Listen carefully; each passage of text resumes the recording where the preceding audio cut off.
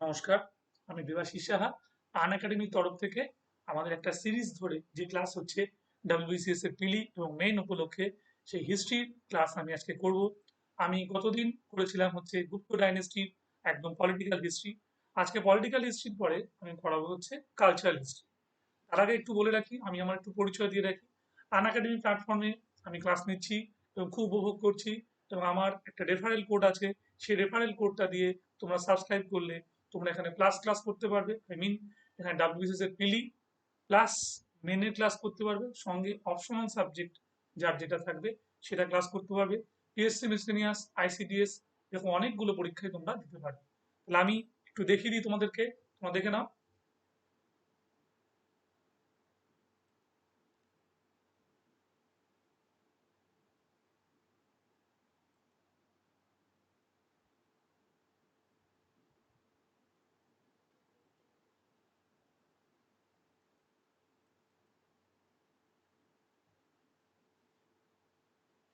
দেখছো এখানটায় যে follow this link and subscribe, এখানটা দেওয়া আছে আমার ডিএসএসআর, এবং এই ডিএসএসআর এ সাবস্ক্রাইব করলে তোমরা 10% ডিসকাউন্ট পাবে। ক্লিয়ার? আর এখানে পুরো লিঙ্কটা দেওয়া আছে, যে লিঙ্কটা থেকে তোমরা দেখতে পারবে আমাদের সমস্ত ক্লাসগুলো তোমরা ভালো করে দেখতে পারবে। আর ইউটিউবে আমার একটা লিঙ্ক আছে, সেটাও আমি তোমাদের দিয়ে দিচ্ছি, তাহলে প্রিভিয়াস ক্লাসগুলো তোমরা দেখতে পাবে। আর দেরি নয়, সুতরাং 10% ডিসকাউন্ট নিয়ে তোমরা ভর্তি হয়ে যাও। কালী পুজো চলছে, এই সময়তে একটা ডিসকাউন্ট বেশি দিতে পারে, তোমরা দেরি করো না, তোমরা ভর্তি হয়ে যাও। কারণ তোমরা যেহেতু আগের ক্লাস কিছু দেখেছো, তার জন্য তোমাদের কিছু কয়েন জমবে, সঙ্গে 10% ডিসকাউন্ট নিয়ে তোমরা ভর্তি হয়ে যাও। ক্লিয়ার? মনে রাখবে ডিএসএসআর এই রেফারেল কোডটায় ভর্তি হবে, তাহলে কিন্তু তোমরা 10% ডিসকাউন্ট পাবে। বেশ, আমি আবার দেখিয়ে দিই। এখানটা আমার একটা সংক্ষিপ্ত পরিচয় দেওয়া রয়েছে, তোমরা দেখতে পারো। ক্লিয়ার? যেখানটা আমি কতদিন ধরে পড়াচ্ছি, আমি 18 বছর ধরে পড়াচ্ছি, অভিজ্ঞতা সম্পন্ন। এবং হিস্ট্রি আমি অপশনাল সাবজেক্টও পড়াই, এবং আমার একটি বাজারে বই আছে যেটা এই সবেমাত্র রিলিজ হয়েছে, অপশনালের বই। এবং বইটা তোমরা পড়ে দেখতে পারবো। প্রিভিয়াস ইয়ার ডাব্লিউবিসিএস এর সমস্ত কোশ্চেন এখানে লেখা আছে। ক্লিয়ার? ওকে,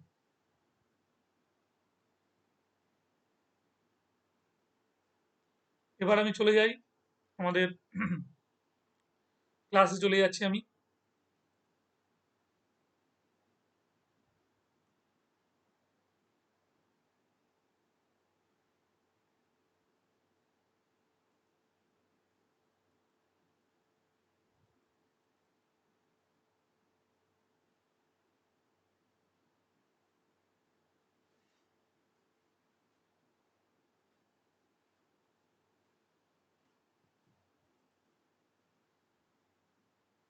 ভালো করে তোমরা একটু দেখো।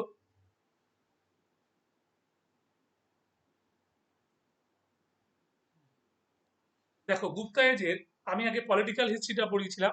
পলিটিক্যাল হিস্ট্রিতে আমাদের যেটা ছিল সেটা হচ্ছে পুরোপুরি আমাদের রাজনৈতিক ইতিহাস।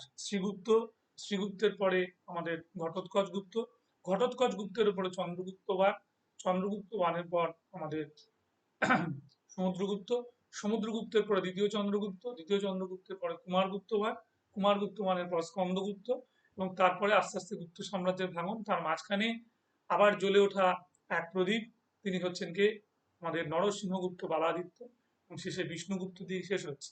বিষ্ণুগুপ্ত দিয়ে শেষ হয়ে যাওয়ার পর গুপ্তরা আবার জেগে উঠছে কৃষ্ণগুপ্তর রাজত্বকালে, কৃষ্ণগুপ্ত দিয়ে শুরু, এবং সেটা শেষ হয়ে যাচ্ছে কার সময়?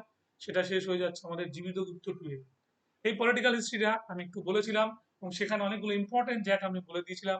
যে শ্রীগুপ্ত মহারাজা উপাধি নিয়েছিল, শ্রীগুপ্ত নর্থ বেঙ্গল এবং সাউথ বিহার রাজত্ব করত। শ্রীগুপ্ত সম্পর্কে বিস্তারিত তথ্য পাওয়া যায় আমাদের ইত সিং এর লেখা বই বায়োগ্রাফি অফ এমিনেন্ট মঙ্কস থেকে। এবং এটাও জানবে যে শ্রীগুপ্ত মৃগশিখা বনে একটা তোমার চাইনিজ বৌদ্ধিস্ট টেম্পল তৈরি করেছিল, যেটা ইত সিং তার লেখাতে লিখেছিলেন। এবং এটাও বলে দিই যে শ্রীগুপ্তের পর যখন আমাদের রাজত্ব করতে আসেন ঘটোৎকচ গুপ্ত, সেখানে কিন্তু কোনো আনইভেন্টফুল কোনো ঘটনা ছিল না। এবং তারপর আমরা যখন দেখেছিলাম যে আমাদের চন্দ্রগুপ্ত ওয়ান, যাকে আমরা রিয়েল ফাউন্ডার বলছি, তিনি মহারাজা ধীরাজ উপাধি নিয়েছিলেন। ক্লিয়ার? এবং গুপ্তরা আগে ছিল বৈশ্য, বৈশ্য থেকে গুপ্তরা যখনই তোমার বিয়ে করলো ক্ষত্রিয় বংশের, সঙ্গে সঙ্গে তারা কনভার্ট হয়ে গেল কিসে? তারা কনভার্ট হয়ে গেলেন আমাদের ক্ষত্রিয়তে, এটাকে বলে প্রতিলোম বিবাহ।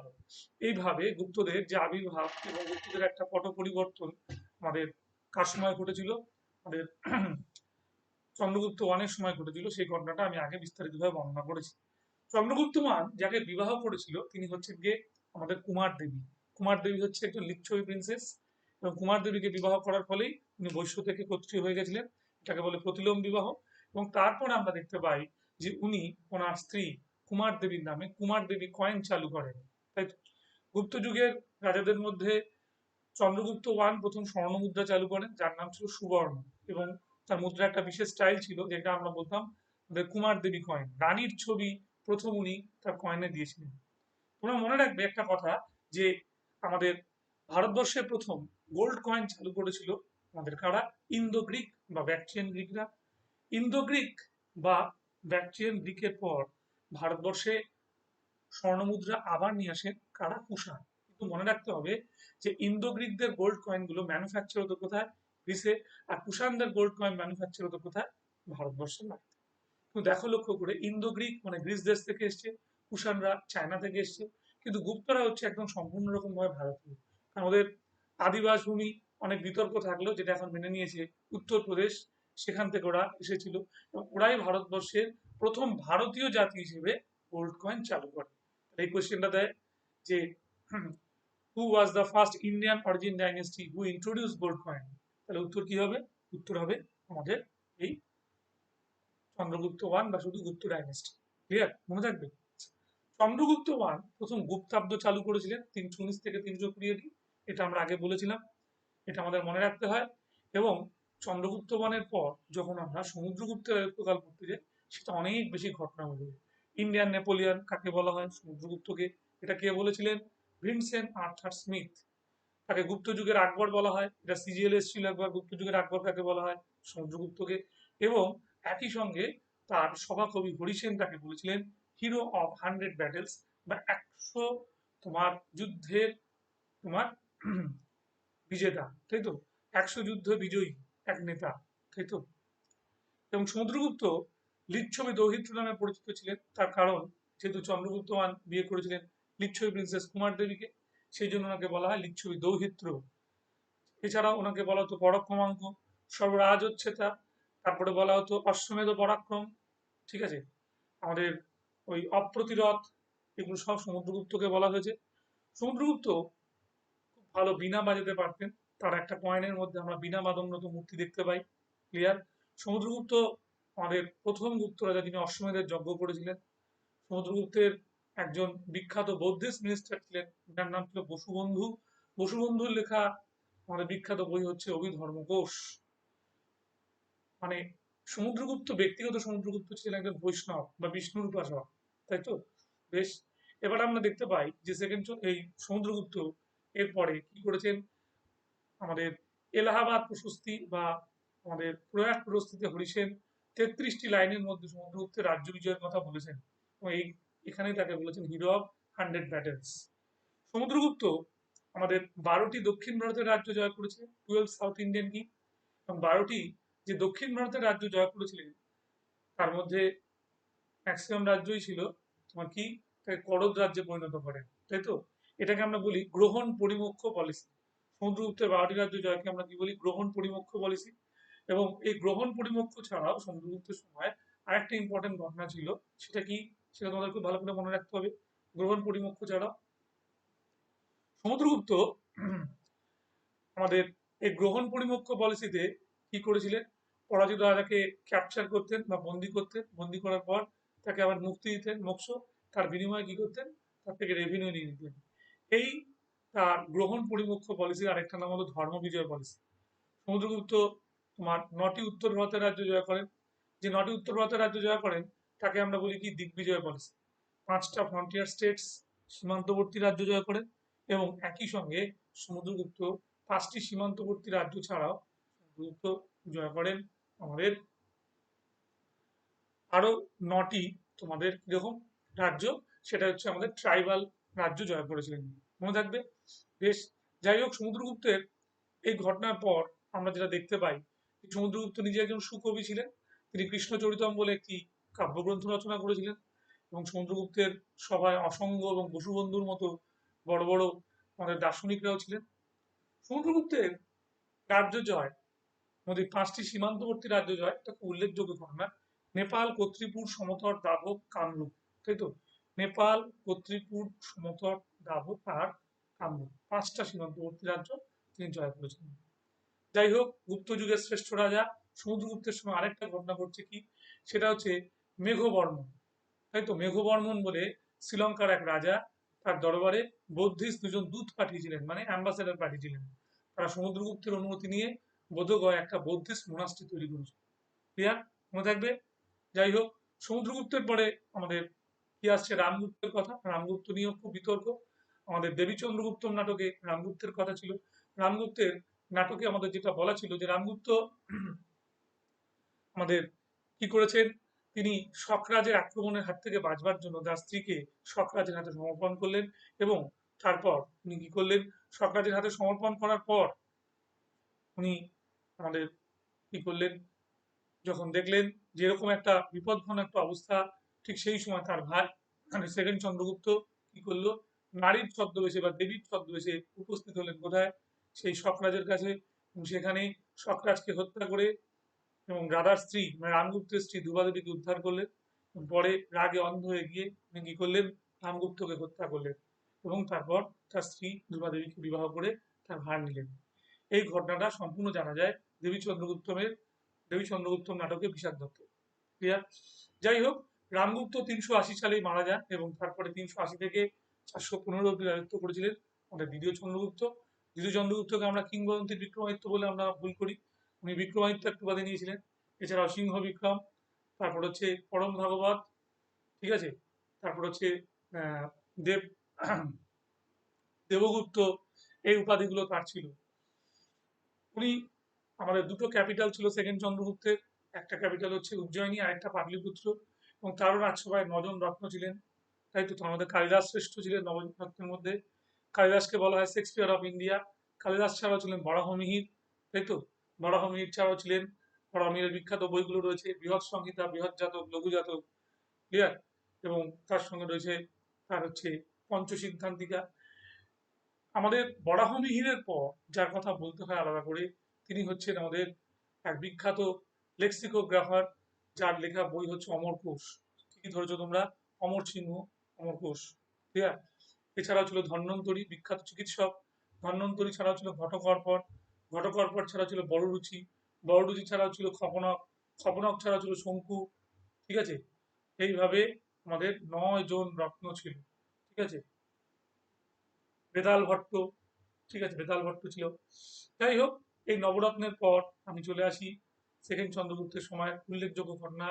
তিনি তার কন্যা, তাই তো, কি নাম ছিল, প্রভাবতী গুপ্তার সঙ্গে বাকাটক প্রিন্স আমাদের রুদ্রসেন টু এর বিবাহ দেন।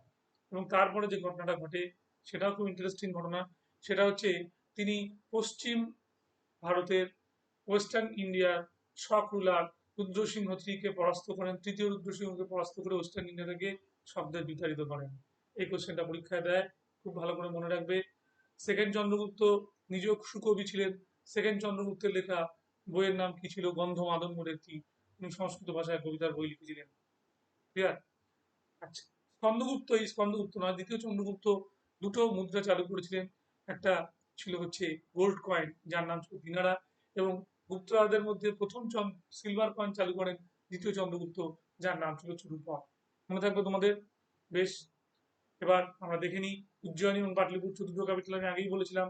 সেকেন্ড চন্দ্রগুপ্তের সময়ের আর বিখ্যাত যে ঘটনাগুলো রয়েছে তার মধ্যে আমাদের মনে রাখতে হবে যে সেকেন্ড চন্দ্রগুপ্ত উনিও কিন্তু বৈষ্ণব ছিলেন। এবং উনি আমাদের কি ছিলেন, ওনার যে পুত্র যার নাম হচ্ছে কুমারগুপ্ত বান, তার সঙ্গে কাকুস্থ বর্মনের কন্যার বিবাহ দিয়ে একটা বৈবাহিক সম্পর্ক তৈরি করে তিনি রাজ্যকে শক্তিশালী করেন। ক্লিয়ার? যেমন বললাম, বাকাটক রাজ্যকে ইনডাইরেক্টলি শাসন করলেন। এবং একই রকম ভাবে বাকাটক রাজ্যকে ইনডাইরেক্টলি শাসন করা ছাড়াও উনি কি করেছিলেন, আমরা দেখতে পেলাম যে উনি আমাদের ম্যাট্রিমোনিয়াল পলিসি নিয়ে নাগা প্রিন্সেস কুবের নাগাকে বিয়ে করে তিনি আমাদের কি করেন, শক্তি সঞ্চয় করেন। ক্লিয়ার? আমরা ভালো করে পড়লাম এগুলো। ভালো করে এগুলো আমরা পড়ার পরে আমরা এরপর যাব কোথায়, কুমারগুপ্ত ওয়ান। কুমারগুপ্ত ওয়ান ছিলেন বৌদ্ধিস্ট এবং তার উপাধি ছিল মহেন্দ্রাদিত্য। এবং সমুদ্রগুপ্তের পরে দ্বিতীয় রাজা যিনি আমাদের কি করেছিলেন, আমাদের অশ্বমেধের যজ্ঞ করেছিলেন। কুমারগুপ্ত মান কার্তিক ঠাকুরের ভক্ত ছিলেন, গড কার্তিকেয়, এবং তার জন্য তার মুদ্রায় গড কার্তিকেয় ছবি দেখতে পাওয়া যায়। এবং তারপরে আমরা কি দেখতে পাই, তিনি বৌদ্ধ ধর্ম গ্রহণ করেন এবং নালন্দা বিশ্ববিদ্যালয় তৈরি করেন 428 খ্রিস্টাব্দে। মনে রাখবে এটা খুব পরীক্ষায় দেয়, 428। কুমারগুপ্ত ওয়ান সবচেয়ে বেশি আমাদের ইনস্ক্রিপশন চালু করেছিল, যার সংখ্যা হলো 14। তার মধ্যে দামোদরপুর কপার প্লেট আর উদয়গিরি ইনস্ক্রিপশন খুব বিখ্যাত। এছাড়াও আমাদের আহ, কুমারগুপ্ত ওয়ানের সময় আরেকটা বিখ্যাত ঘটনা রয়েছে। সে আরেকটা বিখ্যাত ঘটনা কি রয়েছে, আমরা দেখতে পাই কুমারগুপ্ত ওয়ান আমাদের কি করেছিলেন, আমাদের পুষ্যমিত্র, মানে পুষ্যমিত্র ট্রাইবের আক্রমণটাকে আমাদের কি করেছেন, প্রতিহত করেছিলেন। এবং উনি প্রথম রাজা, প্রথম গুপ্ত রাজা যিনি হুন আক্রমণ প্রতিহত করেন। ঠিক আছে। মহেন্দ্রাদিত্য কুমারগুপ্ত ওয়ানের পরে তার সুযোগ্য পুত্র স্কন্দগুপ্ত শাসন করেন। 454 বা 55 থেকে 467 অব্দি তার রাজত্বকাল ছিল। স্কন্দগুপ্ত শৈব ছিলেন। স্কন্দগুপ্ত উপাধি নিয়েছিল ক্রমাদিত্য। ঠিক আছে। এবং স্কন্দগুপ্ত আবার বিক্রমাদিত্য উপাধিও নিয়েছিলেন। স্কন্দগুপ্তের সময়ের উল্লেখযোগ্য ঘটনা আমরা জানতে পারি এই ভিতার ইনস্ক্রিপশন থেকে। ভিতার ইনস্ক্রিপশনে আছে তার সময় হুন আক্রমণের কথা। এবং হুন আক্রমণ প্রতিহত করেছিলেন বলেন আমাদের রমেশচন্দ্র মজুমদার তাকে বলেছিল ভারতের রক্ষাকারী, সেভিয়ার অফ ইন্ডিয়া, মনে থাকবে। এবং সেকেন্ড চন্দ্রগুপ্তের সময়, এই স্কন্দগুপ্তের সময় আরেকটা বড় ঘটনা রয়েছে। স্কন্দগুপ্তের সময় আরেকটা বড় ঘটনা কি, যে স্কন্দগুপ্ত আমাদের কি করেছিলেন, স্কন্দগুপ্ত তার রাজত্বকালে আমাদের আহ, তার অনুচর, তাই তো, গুজরাটের গভর্নর কর্ণদত্ত এবং চক্রপালী কি করেছিল, সুদর্শন লেক তৈরি করেছিল। মানে সুদর্শন লেকটাকে তৈরি করবো না, শেষবারের জন্য রিপেয়ার করেছিল, তাই তো। এই তথ্যটা আমরা পাই, তাই তো, জুনাগড় ইনস্ক্রিপশন থেকে আমরা এই তথ্যটা পাই। যাই হোক, আমরা স্কন্দগুপ্তের পর আমরা চলে যাব, তারপরে হচ্ছে গুপ্তরাজদের মধ্যে শেষ যে শক্তিশালী রাজা ছিল নরসিংহগুপ্ত বালাদিত্যের কথা বলবো। নরসিংহগুপ্ত বালাদিত্য আমাদের উপাধি ছিল তার বালাদিত্য। উনি হুন রাজা কাকে হারিয়েছিলেন, মিহিরকুলকে পরাস্ত করেন। মিহিরকুল বা মিহিরকুলকে, মিহিরকুলকে বলা হয় ইন্ডিয়ান অ্যাটিলা। ঠিক আছে। তার ক্যাপিটাল ছিল সাকালা এবং মিহিরকুল ছিলেন একজন শৈব। ক্লিয়ার। এরান ইনস্ক্রিপশন থেকে আমরা জানতে পাই নরসিংহগুপ্ত বালাদিত্যের কথা। 510 এটিতে লেখা এরান ইনস্ক্রিপশনের মধ্যে আমরা পাই সতী সিস্টেমের কথা। ক্লিয়ার। এরপর আমাদের গুপ্তরাজের মধ্যে আমি যেটা বললাম, শেষ গুপ্ত রাজা ছিল বিষ্ণুগুপ্ত। বিষ্ণুগুপ্তের পর আমাদের আবার কি হয়, কৃষ্ণগুপ্তের উত্থান ঘটে। কৃষ্ণগুপ্তের থেকে লেটার গুপ্ত শুরু হয় এবং শেষ হয়ে যায় জীবিত গুপ্ত পিরিয়ড। হয়ে গেল। এইবার আমি যাচ্ছি পরের ধাপে। Gupta age was regarded as golden age of ancient India. Gupta এজকে আমরা কি বলি, সুবর্ণ যুগ বলি। This age marks the beginning of Nagara and Dravida style. Nagara এবং দ্রাবিড়া স্টাইলে এখানে কি করা হয়েছে, এখানে সমস্ত চিত্রগুলো তৈরি করা হয়েছে। First example of temple architecture, একটা হচ্ছে দশাবতার টেম্পল, দেওঘর ঝাঁসিতে আছে দশাবতার টেম্পল। আর একটা হচ্ছে Bhitargaon temple, Kanpur, made entry of bricks. Bhitargaon টেম্পলটা পুরোপুরি কিসে দিয়ে তৈরি, আমাদের ইট দিয়ে নির্মিত, মনে থাকবে।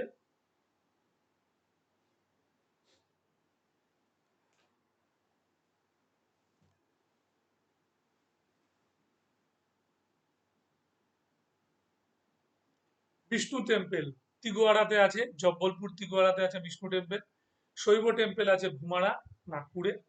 আর আছে পার্বতী টেম্পল, এটা হচ্ছে নাচনা কুঠারাতে আছে, নাচনা কুঠারা পার্বতী টেম্পল। এবং লক্ষ্মী টেম্পল আছে কানপুরে। ক্লিয়ার। তাহলে কোন টেম্পলটা কেবলমাত্র ইটে নির্মিত, তোমার উত্তরটা একবারে পেয়ে যাচ্ছ। ইট নির্মিত একমাত্র তোমাদের মন্দির হচ্ছে কি, ইট নির্মিত একমাত্র মন্দির হচ্ছে, আমি এইমাত্র বলে দিলাম তোমাদেরকে, কি আছে আমাদের বলো, ভিতারগাঁও, তাই তো। ভিতারগাঁও টেম্পল, এই যে দেখে নাও,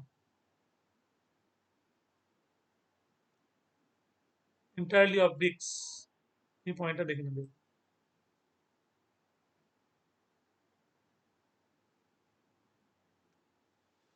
Ajanta painting flourished. Ajanta painting flourished during this period. Bronze image of Buddha recovered from Sultanganj. Bronze image of কি বললাম, বুদ্ধ রিকভার্ড ফ্রম হচ্ছে Sultanganj.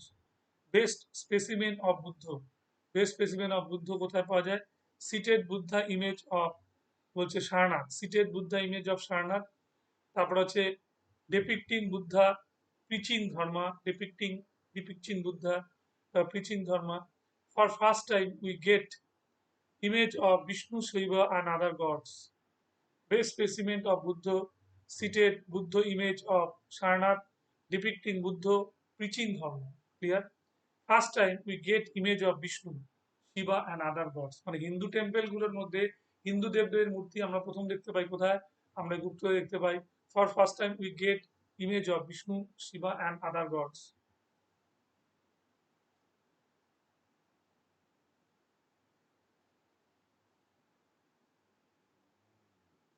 They were permitted to listen to epic and Purans and also worship Lord Krishna.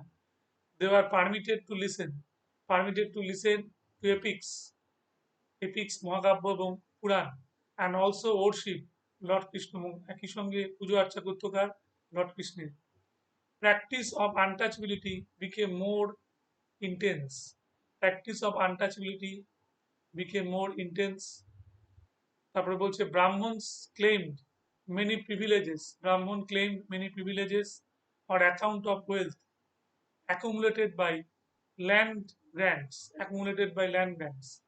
হলো Brahmin's claimed many privileges on account of wealth accumulated by accumulated by কি হলো land grants maximum number of Quran composed during this time of Gupta maximum number of Quran সবচেয়ে বেশি কোরআন compose করা হয়েছিল কোন সময় গুপ্ত যুগে হলো Brahmanas claim many privileges on account of wealth accumulated by land grant গুলো হয়েছিল এবং land grant এর মধ্যে দুটো জায়গা মনে রাখতে হবে অগ্রহার আর Brahmadev maximum number of Quran composed during the time of Gupta মনে থাকবে time of Gupta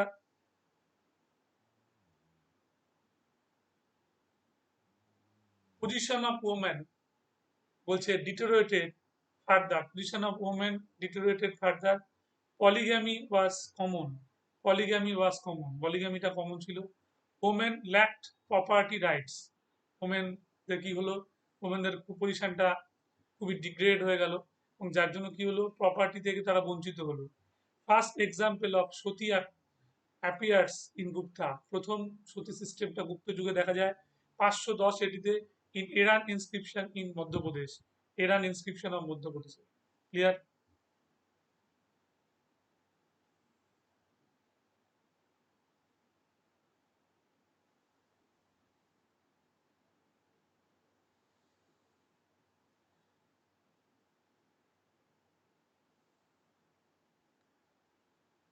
এবার দেখো আমাদের লিটারেচার গুলো আমরা কি দেখতে পাচ্ছি গুপ্ত যুগের লিটারেচারের মধ্যে রয়েছে ভাস স্বপ্ন বাসব দত্তা তারপরে যে শূদ্রকের মৃচ্ছকটিকম ঈশ্বর কৃষ্ণের সাংখ্য কারিকা বাদশায়নের কামসূত্র বিষ্ণু শর্মার পঞ্চতন্ত্র খুব পরীক্ষায় দেয় বিষ্ণু শর্মার পঞ্চতন্ত্র তারপরে ভারবির হচ্ছে কিরাতার্জুনিয়াম দণ্ডিনের দশকুমার চরিত আর কাব্যাদর্শ আর্যভট্টের হচ্ছে আর্যভট্টিয়ম বিশাখ দত্তের মুদ্রা রাক্ষস দেবীচন্দ্রগুপ্তম আর বরাহ মিহিরের হচ্ছে পঞ্চসিদ্ধান্তিকা বৃহৎ সংহিতা আর বৃহৎ জাতক বরাহ মিহিরের হচ্ছে পঞ্চসিদ্ধান্তিকা বৃহৎ সংহিতা অ্যান্ড বৃহৎ জাতক ঠিক আছে আচ্ছা বিশাখ দত্তের কি ছিল মুদ্রা রাক্ষস আর দেবীচন্দ্রগুপ্তম হলো আর্যভট্ট হচ্ছে আর্যভট্টিয়াম এগুলো খুব বিখ্যাত বই দণ্ডিনের দশকুমার চরিত আর কাব্যাদর্শ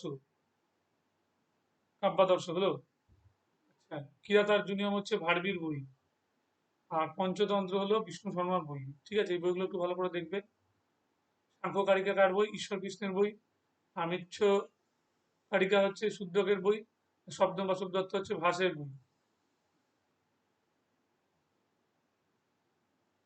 Samudragupta introduce archer type Garuda type and বলছে বৃন্দাবন অ্যান্ড হচ্ছে বীণাবাদন coins Samudragupta introduce archer type একদম গরুদা টাইপ অ্যান্ড হচ্ছে বীণাবাদন কয়েন্স চন্দ্রগুপ্ত টু ইন্ট্রোডিউস কি করেছিল অশ্বারোহী অ্যান্ড চক্রবিক্রম টাইপ অফ কয়েন সমুদ্রগুপ্তের ছিল archer type coin Garuda type coin আর হচ্ছে বীণাবাদন কয়েন আর চন্দ্রগুপ্ত টু এর কি ছিল আমাদের অশ্বারোহী কয়েন চক্রবিক্রম type of coin Kumaragupta introduce গজারোহী ছিল rhinoceros lab and Kartikeya type of coin. Kumargupta introduced Gajarohi, rhinoceros layer, and Kartikeya type of coin. Next, Skandagupta introduced Lion's layer. Skandagupta introduced হচ্ছে Lion's layer হলো, তারপর হচ্ছে আর্চার, Lions layer, তারপর আর্চার, তারপর horseman coin. Skandagupta চালু করেছিল হচ্ছে লায়ন্স লেয়ার, সে সিংহের ওপরে বসা, আর্চার, ঠিক আছে, ধনুর্ধারী, হর্সম্যান কয়েন হলো।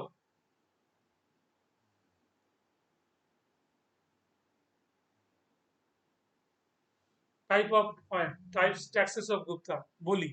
The Boli was voluntary in Maurya era and was given to the king, became compulsory Gupta era. Clear?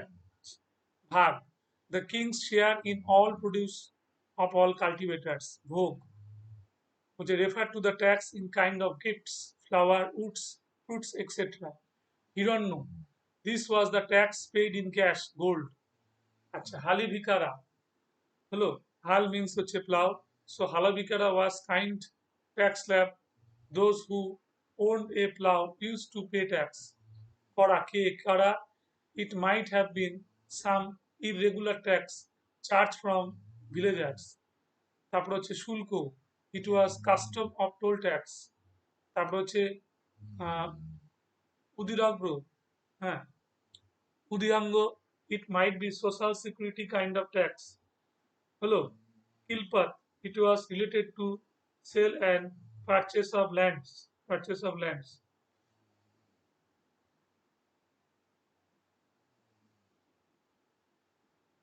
মনে থাকবে, এগুলো সব দেওয়া আছে, এগুলো করা হলো।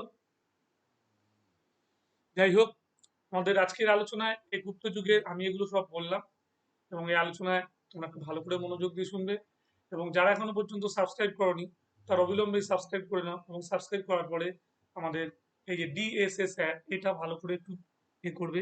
আমি আবারও দেখিয়ে দিচ্ছি, তোমরা ডিএসএস অ্যাড, হ্যাঁ, এবং ডিএসএস অ্যাড দিয়ে গেট 10% ডিসকাউন্ট তোমরা এটা পাবে, এবং তোমরা আর দেরি করো না, তোমরা খুব তাড়াতাড়ি ভর্তি হয়ে যাও। ক্লিয়ার? যাই হোক, আর কিছু জানবার থাকলে বা সামনের দিন আমি আবার গুপ্ত এজের উপর একটু আলোচনা করব, আলোচনা করে নেক্সট আমি একটু ন্যাশনাল মুভমেন্টের ক্লাসে আলোচনা করবো, আমার ইচ্ছে রয়েছে। ন্যাশনাল মুভমেন্টের ক্লাসে আমি আবার ধরে ধরে আলোচনা করব, ঠিক আছে? বেশ, তোমরা ভালো করে ক্লাসটা করো। ঠিক আছে, ঠিক আছে।